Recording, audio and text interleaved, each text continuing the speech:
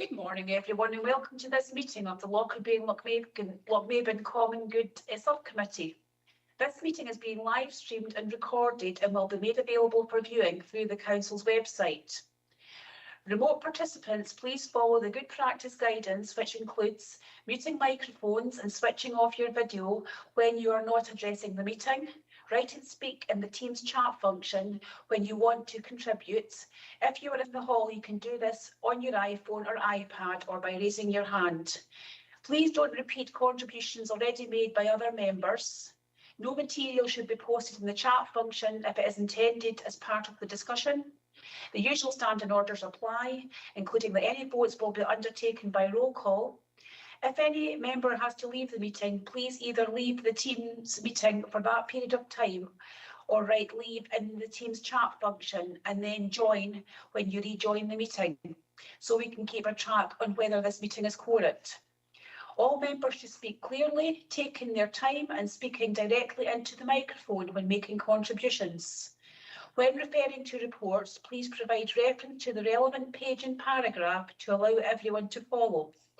Please focus contributions on areas where clarification is required or to propose an alternative to a recommendation.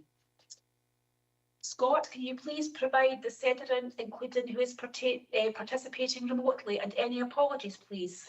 Yeah, thanks, Chair. Good morning, members. We have Councillor Davis as Chair and Councillor Wilson in the room.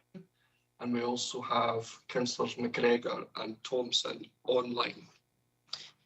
Okay. Stephen's Stephen, would you like to come in? Thanks, Chair, and apologies. I'm actually 2 minutes away from being there in person, so I'm going to stay on Teams just now, but I'll be there physically shortly. Thank you. Yeah, thanks for letting us know, Councillor Thompson. I confirm my agreement to the participation of members named as participating remotely. Do any members of the committee have any declarations of interest or statements of connection? No? Okay.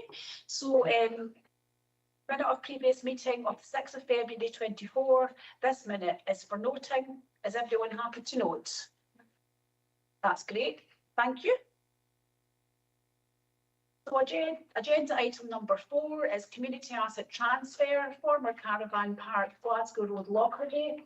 RH Youth Organisation 10-year lease, 10-year lease request under the community asset transfer process. The report is by the head of Thriving Communities. Stephen Wiley is here to answer any member questions or to address any member comments. Stephen, do you have anything to add? Thank you, Chair, and good morning, members. If okay with you, I can provide a summary of the report that this committee is considering today, if that were to be helpful. Yes, that would be very helpful. Thanks very much, Stephen. Thank you, Chair. RH Youth Organisation is requesting a 10-year lease through the CAP process for the land behind Lockerbie Ice Rink. This is common good land of which the members of this committee are custodians for the benefit of the community of Lockerbie. Paragraph 4.2 highlights that RH Youth currently has a lease with Dumfries and Galloway Council for the siting of a porta-cabin and storage container on site at a ground rent of £1,400 per annum, which the common good receives. The current lease agreement was breached in 2024 with the development of the site without permission. Through support from council officers, the site was reinstated as far as reasonably practicable. RH Youth Organisation, through a range of services and officers, has been provided with continuous support through the CAP process, in particular to develop their constitution and produce their business plan. For any community asset transfer application, we absolutely ask for the following: who the group are, what is the asset they are seeking, what is their idea for the asset, are they considered a community transfer body under the Act, to provide their accounts to ensure the group are financially viable, is their idea sustainable going forward, and do the community want this? And that's got through with community engagement. This report, the report before members, provides detail in each of these aspects, providing both the positives and negatives to allow members to fully consider and determine their recommendation. Members will note the range of activities provided to young people, both in Lockerbie and Lochmaben, and the various events that have been further provided by RH Youth Organisation. Members will also note RH Youth Organisation's plans to fully develop the site to enhance their outdoor activities and provide a more permanent base for their organisation. The CAP process is designed to ensure support and fairness as provided, and members will note at paragraph 4.9 that the business plan was independently scored by council officers, Outwith, Annandale and Eskdale, and furthermore from 2 separate services within the council. Neither officer had ongoing involvement with the group and provided their score and feedback solely on the documentation provided. Members will note the low to moderate to weak feedback based on the business plan. Furthermore, the business plan was put through the social value tool, which provided a low return of £2.80 for every £1 in social value. Sustainability is a key factor, and the report highlights that the group is extremely reliant upon securing external funding. Members will be aware of the current climate around funding for projects and revenue. The Common Good Subcommittee has no decision-making authority in relation to community asset transfers and are therefore today asked to make a recommendation as outlined within the report. The recommendation of this subcommittee will be considered by the Economy and Infrastructure Committee on the 4th of February 2025. I hope that this summary was helpful and happy to answer any questions members may have. Thank you. Thanks very much. That was helpful, Stephen. I meant to mention earlier, we've also got Jamie Ferguson online to answer any questions that members may have. So members, do you have any comments or questions that you'd like to ask? Speak back, Councillor Thompson. Yeah, thanks, Chair. So you did mention in the report about the reliance on grant funding, but it does strike me that it's not uncommon for many of the groups that we deal with. I'm sure some of the ones involved in this subcommittee would rely quite a lot. We would expect, in fact, that we're applying for available grant funds such as Scottish Land Fund, things like that, for even for asset transfers. So, why is this? You know, it seemed to be pulled out specifically in this case. So I'm just curious as to why that is, because it's quite familiar, really, when we're looking at community groups. Thank you, Councillor Thompson. You're absolutely right. Community groups absolutely rely on grant funding going forward, but there's also an expectation that there's a certain amount of sustainability within the organisation or group themselves, that they're generating perhaps an income that will at least see them thrive out with the reliance upon grant funding. It'd be fair to say you can't always guarantee grant funding, and therefore we would look to hope that a group would have their own sustainability inbuilt into their business plan as well. Okay, thank you. Thank you. Any other members got any comments or questions?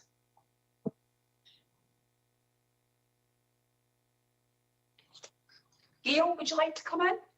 Yeah, I might be better putting it in the chat because of my voice. In terms of sustainability, how likely are they to get capital grant funding on a 10-year lease? Because normally organisations would need 20, 25 years. So have we any hint from funders? Thank you, Councillor McGregor. The short answer is no. We wouldn't 100% know, but you're absolutely right. A 10-year lease would have its limitations on who could be approached for funding, and it would certainly limit the pool that they could go to. So yeah. With that, Councillor McGregor. Yeah, she's just. That's fine. Okay. Any Councillor Thompson, would you like to come back in? Yeah, thanks, Chair. So it's just on the nature of the lease and the terms of that lease. So in terms of like whether it's an asset transfer or whatever, there's usually a nominal fee that would be paid, or whether that's zero, or whether but it's usually recorded as a consideration of some magnitude. I'm just conscious that while sources of funding might obviously be a challenge for a lot of community groups, I suppose we ought to try and be consistent as a common good subcommittee because I'm conscious that there are other groups that we maybe are giving grants towards paying the leases that they've actually agreed with us, and I don't want to name groups at this particular time. Yeah. But I think we have to be, if we're going to take a sort of strict approach in terms of how we assess business cases and what the likelihood is of getting funding, we probably want to apply that across the board without fear and favour, because obviously we're trying to be fair about any decision we take. So it's just really to put that on the table, as it were. I don't know if you have any comment on that. No real comment. Thank you. Obviously, it's absolutely within the gift of any group to ask for a community asset transfer stroke lease, and to determine what amount of money can be offered on that basis. So in this case, £1. But I do take your point about common good and applying the same rules across the board to other groups as well. Okay. Any further comments or questions?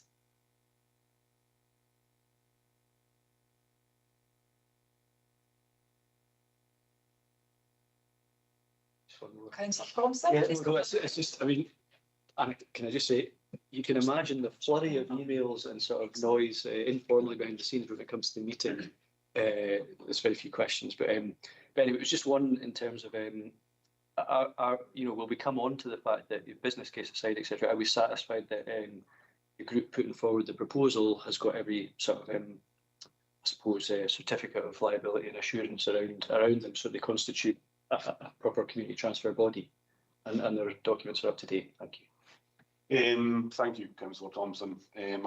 Upon checking various insurance documents just of yesterday, it would seem that the RH Youth Organisation's website insurance documents are out of date, and that could actually just be an administrative error. And like a lot of us, it's just not been updated since renewal. But unfortunately, it does indicate that the public liability insurance and insurance certificate generally expired in 2023. Still sending the odd team messages. Help me out. Right, I know it's really me to speak on. So the sound's down here. Aye, there. Chair, can I ask? Sorry, it was just, Yeah. there seems to be a lot of background noise, There is, yeah. chit chat between officers Yeah. here, so I was just wondering if you could. Could I please ask the officers in the background to make sure that their microphones are on mute, please? Thank you. Just to conclude that answer, apologies. We've not been able to verify the insurance and document side of it. However, going back to the kind of CAP process and the Constitution being one of the main pieces of information that any committee needs, that's been thoroughly checked, and a huge amount of work behind the scenes in supporting RH Youth navigate the legalities of getting their constitution correct for them to meet a community transfer body, and that indeed was accepted by our legal team just recently. But the organisation themselves did have a lot of work to do on that with support. Thank you. Just to, Yes, Councillor No, Thompson, come back in. thanks, Stephen. So I suppose what I'm trying to get to is that all other questions and comments aside, what we have in front of us is a bona fide proposal from a group that satisfies the legal requirements to put forward a CAP. Yes. Thank you. Councillor McGregor's wanting to come back in, but obviously Scott's going to speak on her behalf. Just slightly unusual given Gail's voice. I'm happy to just to read out the comment that Councillor McGregor's put in the chat. Scott. So Councillor McGregor says, I do have concerns about the transfer and their ability to deliver the project, and suggested outcomes is not guaranteed, and therefore sustainability is an issue. The proposal would lead to the area of common good land substantially changing in its nature, and it is preferred that the asset is safeguarded for the future generations of Lockerbie residents in its current state for the wider public good and usage. I know the asset is valued by residents of the Royal Borough of Lockerbie as a whole, and agreeing to the lease could lead to substantial changes to its current availability. I also have confidence issues.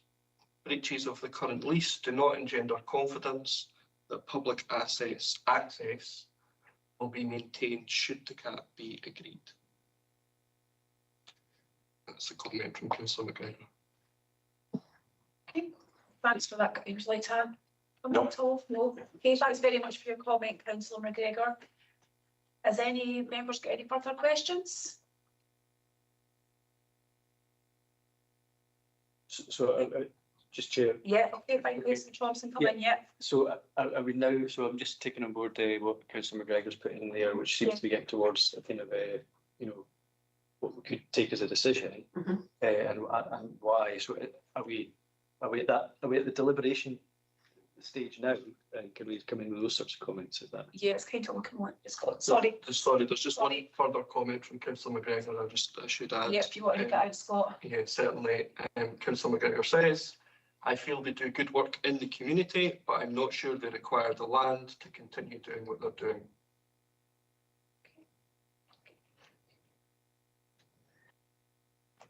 Yes, if we're happy to move to recommendations. 2.1, members are asked to consider the RHU organisation's community asset transfer request as laid out in stage 2 community asset transfer application, appendix 1, and community business plan in appendix 2. To consider the outcome of officer assessment of the request in relation to the council's requirement to meet the best value as detailed at paragraph 4.9. Note the outcome of the social value assessment of the proposed transfer as detailed at paragraph 4.12 and consider and agree an option from those listed at paragraph 4.16 for recommendations to Economy and Infrastructure Committee on the 4th of February 2025. I read out section paragraph 4.16. The decision options. There are 3 options for recommendations that the committee can choose from. Number 1 being agree to recommend granting a 10-year lease agreement of the former caravan site at Glasgow Road in Lockerbie, DG11 2AR, which extends 8,657 square metres for the sum of £1 sterling without conditions. Option 2 is to agree to recommend granting a 10-year lease agreement of the former caravan site, Glasgow Road, Lockerbie, DG11 2AR, which extends 8,657 square metres for the sum of £1 sterling with conditions. And option 3 is to agree to recommend not to recommend the transfer of a community asset transfer of the former caravan site at Glasgow Road, Lockerbie, DG11 2AR, which extends to 8,657 square metres for the reasons to be made clear. Thank you. Do we have a decision, members?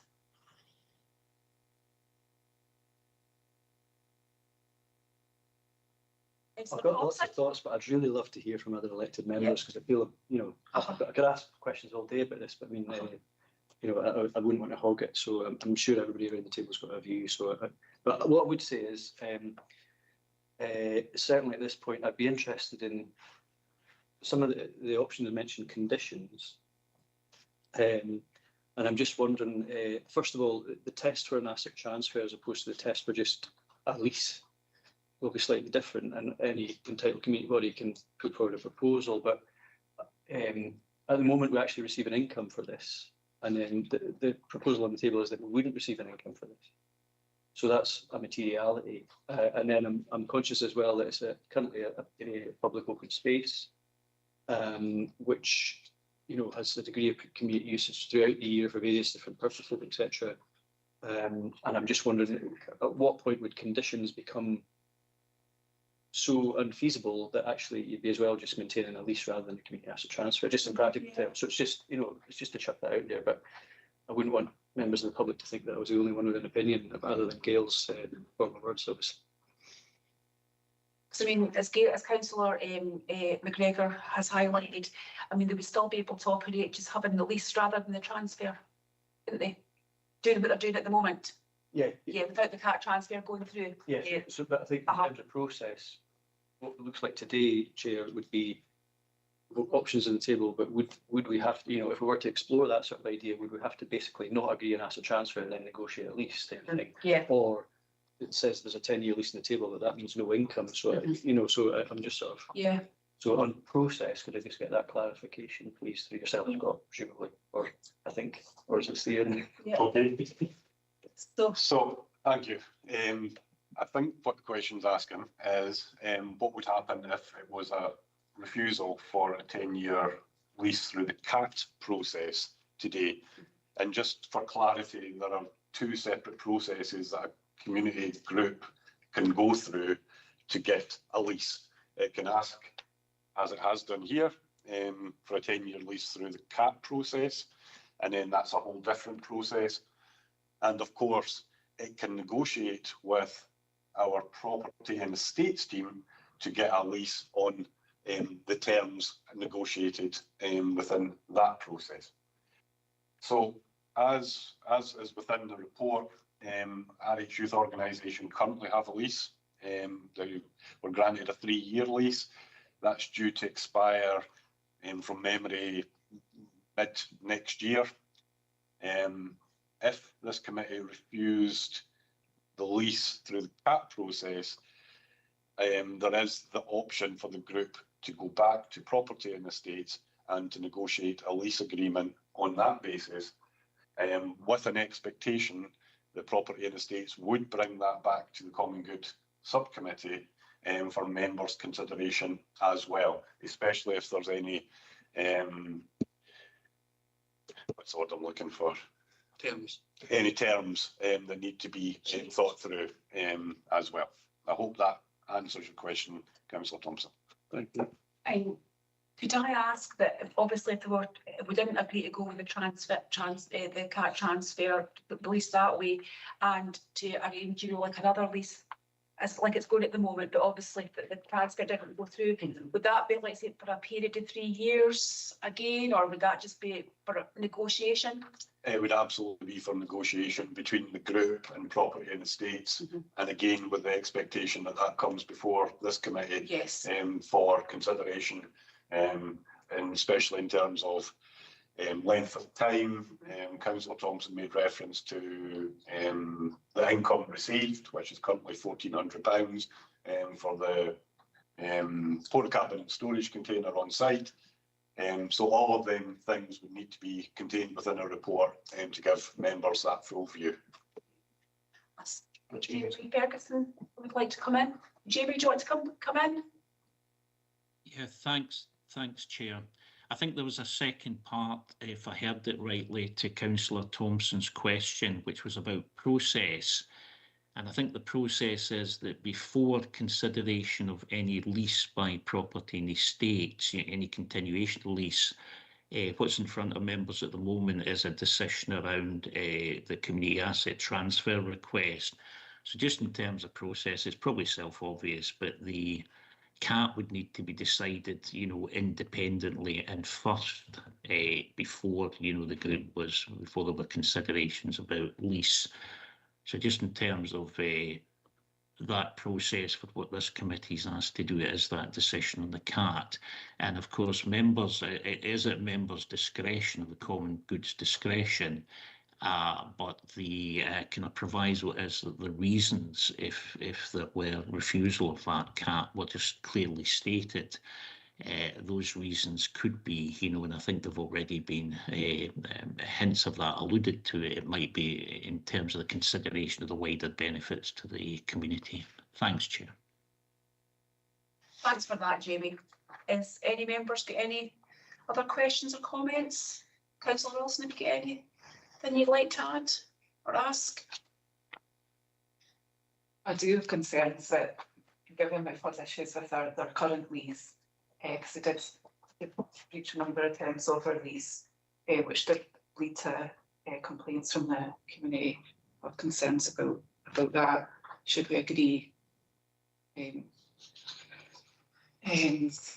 give them a 10-year lease today? And there's a number of concerns. Well, there's a number of concerns across the board, but some of the regards and some of the representations and responses. Okay. do a consent. Yes, thank you for that, Councillor Wilson. Anybody got any further?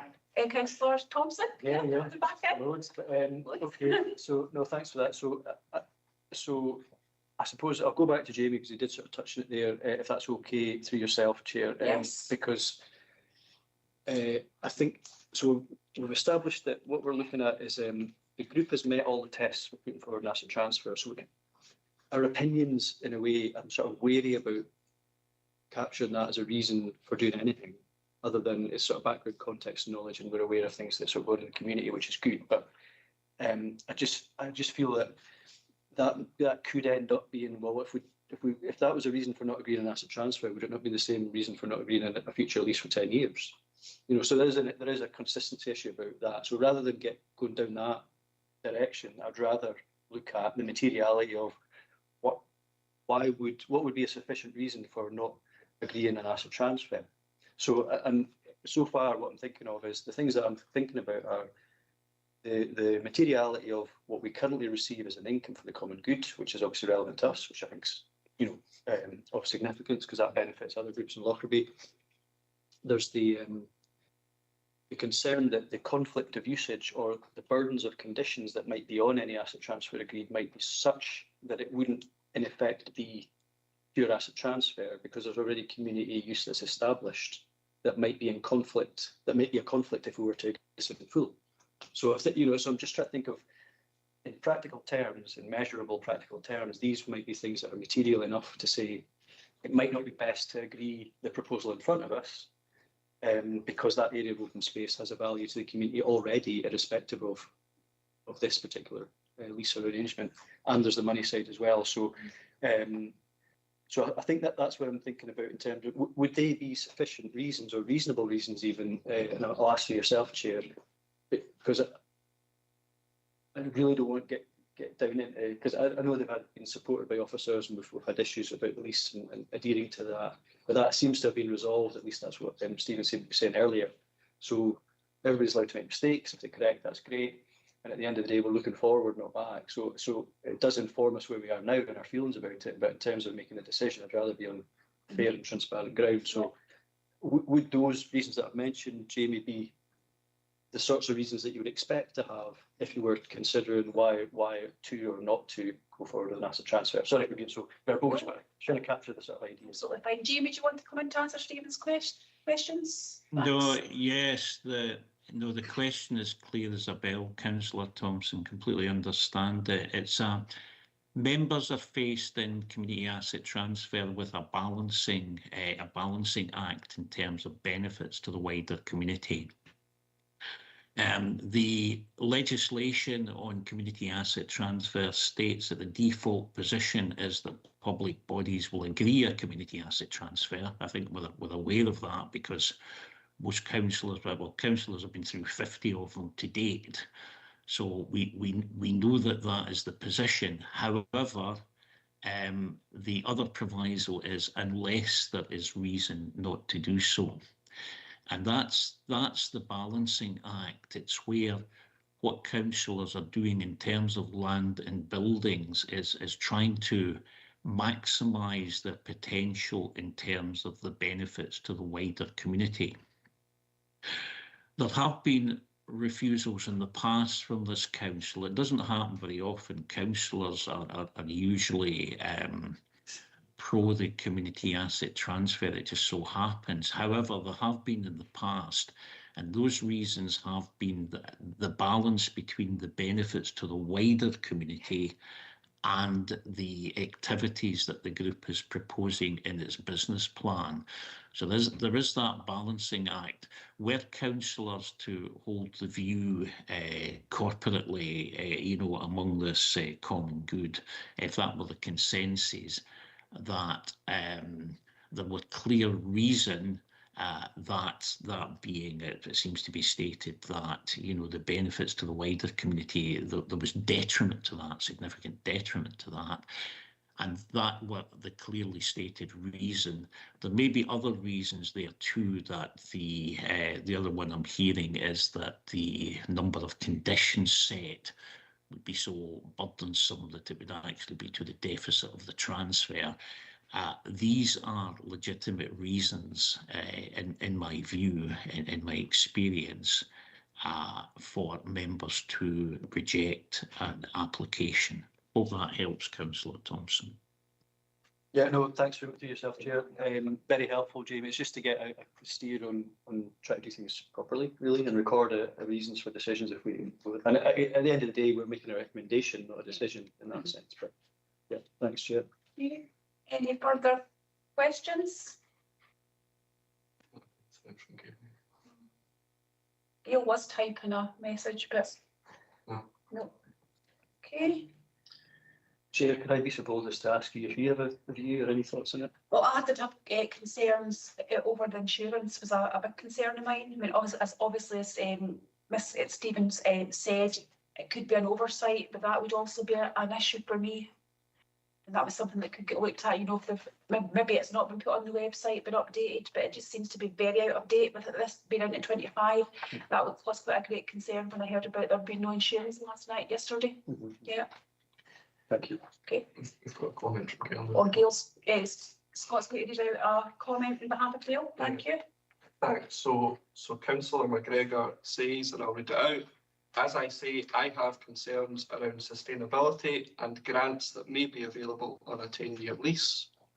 I would like to see the land available for wider community use. There are many events held at the ice rink which require overflow parking, fair, dog walkers, run clubs, who all use the area. I would want to see them able to continue unfettered. The previous quite serious breaches of the lease give me cause for concern. As such, I would propose we do not recommend the transfer. I'm, however, happy for them to use the land as they are under terms of their current lease. I also note that some of the proposals on the map encroach into land already in other ownership. Anybody like to make any comment? Councillor Thompson? Yeah, thanks, Chair. No, I mean, yeah, there's a lot in that, and I think Scale's been consistent in terms of like the other users of the site. Just on one point, I think the fair, and I think this is maybe a wider issue which officers can pick up, but I think we have a bit of a, I'm not sure how consistent we are about licenses to occupy with them, because I think in Annan, for example, you know, there's a fee that the common good might get for the fair parking up, you know, so there's a lot bit of admin I think we need to do to make sure we're maximising the benefit to this common good on behalf of Lockerbie, because that means we'd have more money then to distribute to other groups. So, and Augustine will come up with that. But there was, in terms of the other things, yeah. So I think the sustainability, presumably, that would be something that could be part of a reason in terms of asset transfer. I am concerned about the loss of an income to the common good as well, on balance. So my view would be, in sympathy with Councillor McGregor, but just to add my own particular view would be that there would be such a potential conflict or mess of conditions attached to potential asset transfer to protect the rights of people who currently use that piece of land out within this group. That I feel that would be an impediment to it, and also the loss of the income to the common good for effectively zero sum.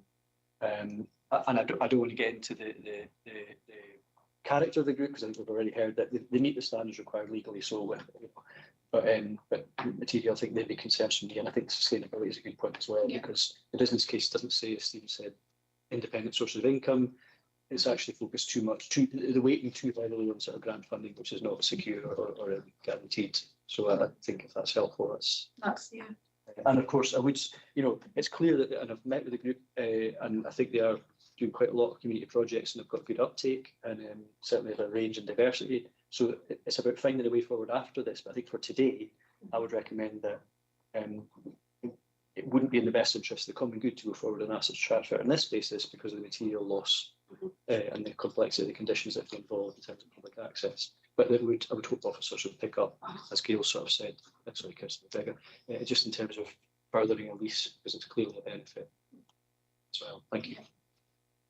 Yeah, Stephen, would you like to come in? Just picking up at the start of your points there, minor, but nonetheless very important. You're right, there is a consistency issue across common goods about income about who can use the ground, about the process behind it. And in my previous role, I was part of the Common Good review group, and it's been mentioned at that, and I would hope there would be an outcome from that group on that very thing, because you're right, you mentioned Annan, very different from Common Good ground behind ice rink in terms of who uses it, etc. So yeah, it's an absolutely valid point and something that officers are looking at. Thanks, Stephen. Chair, can I? Yes, So I'm just hogging this a bit. it's absolutely fine. So I was going to come on to that. I don't know if it's maybe in this item or after, but there's a couple of points I wanted to just ask if you might take forward through your role as chair with the agreement of the Common Good Subcommittee, and if they're sort of competent, whatever. But just in terms of following up some matters relating to consistency across Common Good, particularly income in relation to Lochmaben and Lockerbie, just if we can keep chivvying that along a bit as it works. I know we've asked questions in the past, so thank you. But with your indulgence at the end, if that's no okay. problem. Thank you. Chair, there's another comment. On behalf of Galen, please, Scott. Certainly. So Councillor McGregor's just had another comment here, which I will read. I agree with Councillor Thompson. Our processes for licence to occupy, we need to maximise income for common good and wider community good. And I've just for members' awareness, I have taken that down as a note. Okay, thanks very much. Any further comments?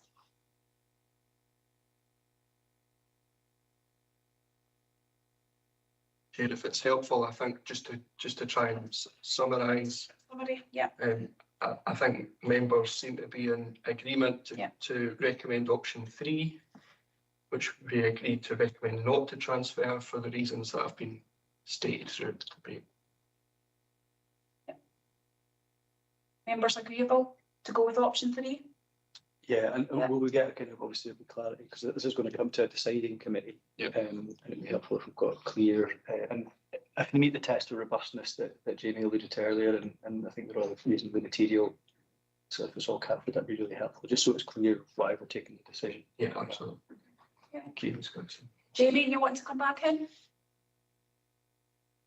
Yeah, just to say there's been a fair degree of debate and comment from members, and we'll make absolutely sure that we capture the reasons within the minute of the meeting. Thanks. Thanks very much, Jamie. Does that mean it's, sorry, Chair? You're absolutely fine. Yeah, and just that undertaking that we'll continue to work and support the group as we have done in the last, just to sort of, because obviously there's a benefit to what they do. It's just that in this particular proposal, it's just not quite meet the test. Exactly. Yeah, thank you. Okay, so obviously we've agreed not to recommend the transfer as a transfer of the former caravan site, Glasgow Road, Lockerbie, DG11 2AR, which extends to 8,657 square metres for reasons that we've actually stated. So number 5, any other business deemed urgent by the chairman due to need for a decision? I don't have any further business today. So we'd like to, sorry, Councillor Thompson, at the end.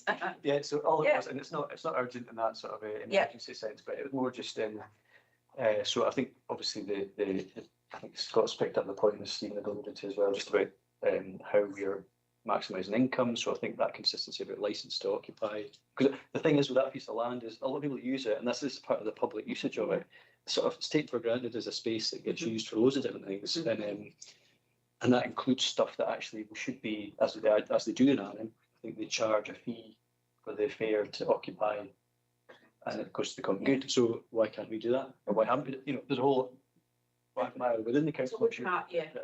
But anyway, and that's one thing. So the other thing would be, and it relates more to Lochmaben, but it's the same principle. I think we've asked a number of times through this subcommittee about reviewing the arrangements for the provision of the caravan park service that the council does, which was set up pre-common good sort of awareness, if you like, pre-woke, is that? I don't know, whatever the phrase is. But anyway, but now that we know that that's there, and we know that to the tune of tens of thousands of pounds a year for both Castle Douglas and Lochmaben, we're missing out on community income that above and beyond what it costs to run the service. So we have requested this report through what was E&R, I think, which might be now enabling customer services committee. But I think there's an element of that goes in the community wellbeing bit as well. I'm not sure. Either way, that seems to have got kind of lost in the post a wee bit. And I'm conscious that as every year goes by, there's another more tens of thousands of money that could be Which should potentially, bringing more money in. invested in the local Yeah. community projects that aren't, and I think we need to review that. I think it's, We'll have to look at that. I did get an assurance from the director, but if we can maybe jog that along a bit, Yeah. if that's possible. Yeah, we can do that. Yeah, Scott, do you want to come in? Yeah, I've noted those 2 points, but just also to add, at this moment in time, we don't have further common good meetings diaried, but I've spoken to the chair about getting those in the diary. For the rest of the So year. we've got 2 or 3 meetings over the course of the rest of the year where we can bring up Bring those that issues in, and bring yeah. reports to members. Yeah. You Thanks, happy Chair. with that, Councillor Thompson? Mhm. Okay. Cheers, thanks. So I don't have any other urgent business today, so I would like to thank everyone for coming in person, also for the people that have been participating remotely. Thank you very much. Thanks, Chair. Thank you. Thanks.